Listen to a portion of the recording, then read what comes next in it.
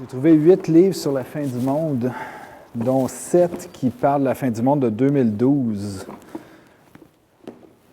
C'est vraiment de belles trouvailles. Ça fait longtemps que j'en cherche. Je ne voulais pas les payer plus qu'$1 chaque. Puis, je viens de trouver ça au bazar. Là. Je suis vraiment heureux. C'est super. Là. Fait que ça sera peut-être pour l'expo ou peut-être pour un projet futur, mais ouais, c'est de la trouvaille du jour. J'ai une pratique d'écrivain, une pratique d'artiste en art visuel. Et dans les deux cas, je m'amuse à apprendre en fait des choses qui existent pour les transformer, pour les intégrer dans un tout souvent poétique.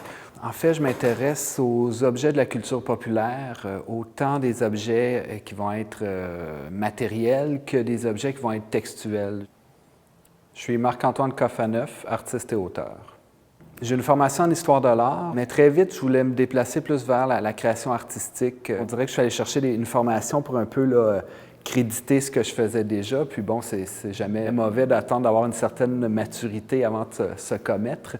À côté de ça, j'ai publié des livres de poésie aux éditions Le Cartanier. Donc, un premier qui est paru en 2007. Et là, je viens de lancer mon troisième au printemps dernier.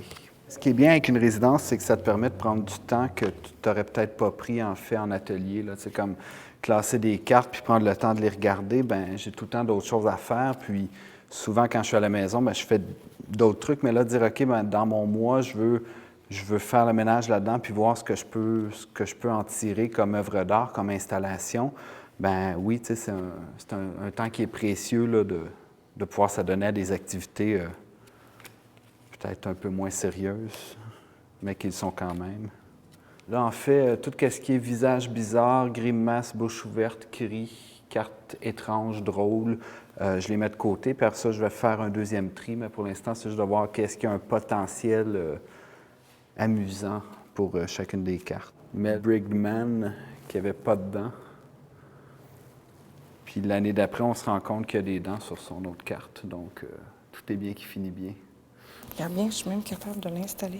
L'origine du lobe, en fait, ça découle des ateliers d'artistes L'Oreille Coupée, qui était une communauté d'artistes qui s'étaient réunis dans un même endroit en partageant un espace. Puis ils avaient aménagé un petit lieu libre au centre duquel ils invitaient des artistes dans le but de créer des synergies, des échanges et tout ça. C'est un peu déjà la résidence qui avait pris la place en 93. Mais depuis 97, nous cohabitons avec les ateliers d'artistes Toutou. Cathy Boucher, coordonnatrice gestion et administration Centre d'artistes Le Lobe et présidente du Cartel 02. Le Lobe se distingue évidemment parce qu'il a plusieurs appels de dossiers. On a l'espace plateforme, on a la longue résidence d'été, ensuite on a les Lobes scènes, des soirées festives, et il y a aussi la résidence senior qui est la seule sur invitation. Et à tout cela s'ajoute la résidence régulière qui est destinée à des artistes de mi-carrière. Ce qui m'a amené au Lobe, c'est le mandat qui se veut très exploratoire. Dans l'appel de dossier, on dit clairement proposez-nous une idée qui va vous faire sortir de votre zone de confort. Puis c'est exactement ce qui m'intéressait de dire bon, ben OK, collectionner des objets, c'est super, je le fais, puis j'ai l'impression que je le fais bien, mais comment est-ce que je peux me renouveler dans cette forme-là par différents types d'accrochages ou différents types d'objets? Donc, pour moi, le Lobe, il était important cette année parce que je voulais justement, je sentais un certain pattern dans mon travail, puis je me disais, ben tiens, c'est l'occasion d'aller faire des tests, d'aller essayer des nouvelles choses en résidence, de prendre un mois pour faire des accrochages et puis peut-être me casser la gueule. Bonjour. Le Centre d'artistes Le Lobe a une équipe microscopique. Elle est composée de 2 coordonnateurs. Le premier, Jean-Marc Roy, qui est coordonnateur artistique et à la programmation, œuvre avec Le Lobe depuis 2007 et moi-même depuis 2010. Oui, bien là, tantôt, on va faire un dessin. Vous allez tous faire un dessin qui ressemble à ces dessins-là. Bien, les explosions, pas celui-là, mais J'ai souvent fait des présentations avec un public plus universitaire ou cégepien. Mais là, de rencontrer des jeunes de 10 ans, puis d'en avoir 50 d'un coup là, dans l'espace, je dois dire que ça me stresse un peu dans la mesure où, ouais, je suis moins habitué avec ce groupe d'âge-là. Puis j'ai une pratique en dessin où je dessine essentiellement des explosions sur des pages de livres en noir et blanc. Et puis, je me suis dit, ah ben tiens, ça, un enfant est capable de le faire et il n'y aura pas deux explosions qui vont être pareilles. Donc, tu sais, c'est une belle expérience pour ce groupe-là, en fait, de les ouvrir peut-être à l'appropriation, au ready-made, au dessin, puis aussi, ben parler de réalité-fiction en même temps. Donc, j'ai trouvé dans un de mes livres une photo du Château Frontenac. Donc, tous ensemble, on va faire exploser le Château Frontenac. Wow! Oui, oui, hein, c'est beau.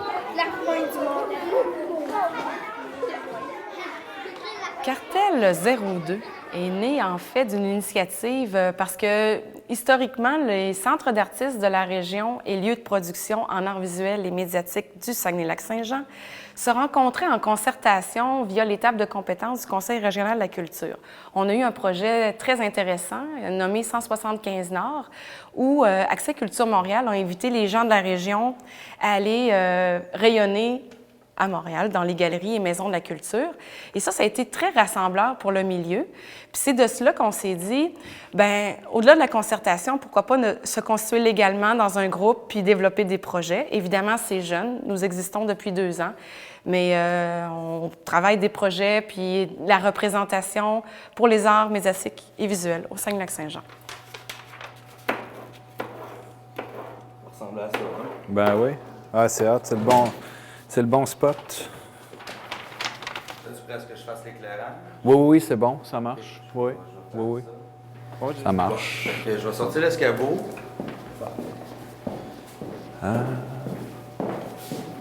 Je sais pas si on pourrait mettre un spot qui part de là vers les drapeaux du Québec, qui part de ce rail-là. Je vais voir ce qui me reste comme Pour spot. le parce que là, prendre il y en de a déjà- côté. J'en ai déjà pas mal au plafond. Oui. Le reste est assez beau. Oui, tu as un spot qui là vers le mauve qui pourrait être un peu plus dirigé, le troisième de ce rail-là. Oui, je vis assez bien l'éloignement. J'aime ça.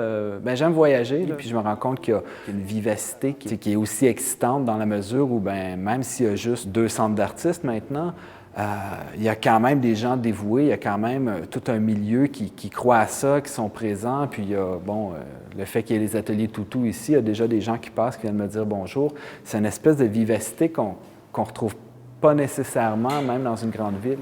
C'est pas mal prêt, hein? Oui. Content? Oui, pas mal content. Oui, oui. La première fois que j'ai entendu parler du Lobe, que j'ai vu le site web, j'ai aucun souvenir. Ce que je sais par contre, c'est que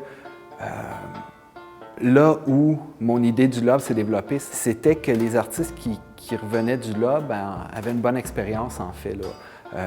Les gens qui nous parlaient du centre d'artistes, automatiquement disaient « Ah oui, on a été bien reçus, la structure est superbe, l'équipe est dévouée à aider à développer le projet. » Donc juste cette espèce de réalité-là, en fait, où c'est un peu la réputation du centre qui est très, très bonne, là. Donc oui, je vais retenir en fait un espace où on a une très, très belle liberté, où on fait pratiquement ce qu'on veut, où on ne se fait pas déranger, puis en même temps, on a un appui concret par une équipe.